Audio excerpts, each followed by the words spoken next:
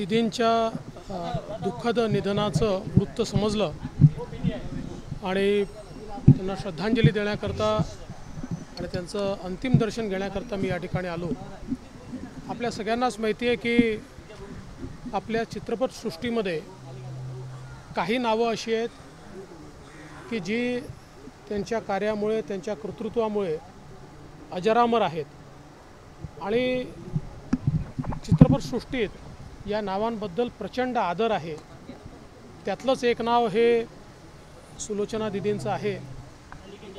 सुरुवातीच्या काळामध्ये नायिकांची भूमिका करताना नंतरच्या काळात त्यांनी आईच्या ज्या भूमिका साकारल्या त्या मला असं वाटतं अत्यधिक लोकप्रिय त्या देखील झाल्या आणि माझ्या पिढीने तर त्यांना आईच्या रूपातच बघितलं।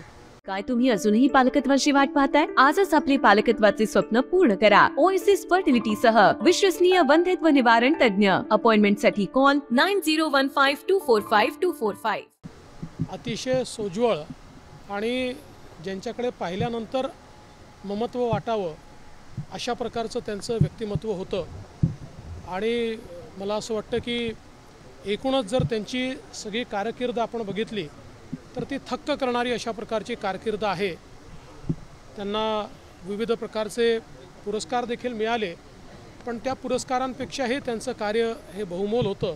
त्यामुळे अशा प्रकारची एक व्यक्ती ज्यावेळेस आपल्यातनं निघून जाते त्यावेळी निश्चितच आठवणी खूप राहतात आणि या आठवणीच पुढच्या पिढीला एक प्रकारे मार्ग दाखवत असतात।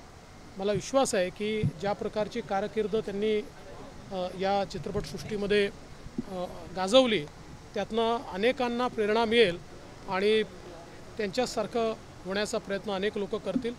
मी सुलोचना दीदींना विनम्र श्रद्धांजली अर्पण करतो। सर, दादासाहेब फाळके पुरस्काराची मागणी दादासाहेब फाळके पुरस्कार जो केंद्र सरकारतर्फे चित्रपटसृष्टीला दिला जातो त्यासाठी त्या खूपच उपेक्षित राहिल्या हा आणि त्यांची इच्छा होती आणि समस्त चित्रपटसृष्टीची सुद्धा इच्छा होती।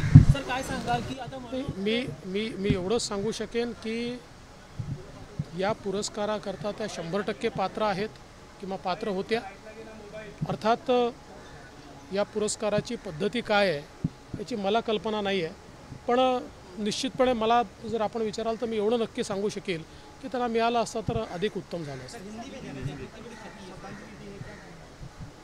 देखिए, सुलोचना दीदी एक बहुत बड़े अंतराल तक हमारे सिने सृष्टि में एक दीप स्तंभ की तरह उनका कार्य रहा है और शुरुआत में एक हीरोइन के रूप में और बाद में एक माँ के रूप में भी जो उन्होंने काम किया है, एक बहुत ही जाना माना चेहरा इस प्रकार से उनको देखा जाता है और मैं ऐसा मानता हूँ कि कई पीढ़ियों को जोड़ने वाला इस प्रकार का उनका व्यक्तित्व ये रहा है और विशेष रूप से मेरी पीढ़ी ने तो उनको माँ के रोल में ज़्यादा देखा है। तो उनके चेहरे का जो भाव होता था, जो ममत्व होता था, उससे एक अपनापन उनके साथ व्यक्ति जुड़ जाता था। इस प्रकार का अपनापन जो हमारे दर्शक है उनके बीच उनका तैयार हुआ है। लेकिन उनका अगर हम पूरा जीवन देखें तो जिस प्रकार की मेहनत के साथ उन्होंने अपने व्यक्तित्व को खड़ा किया है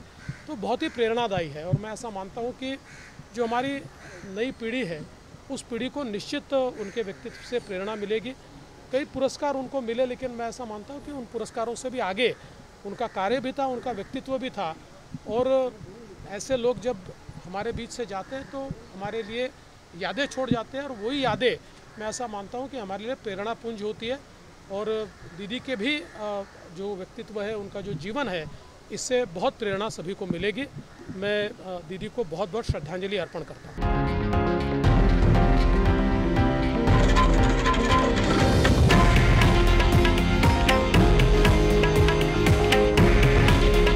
हे आहे देशातील नंबर 1 न्यूज नेटवर्क आणि आपण पाहत आहात TV9 मराठी। काळजी तुमची, हित महाराष्ट्राचं।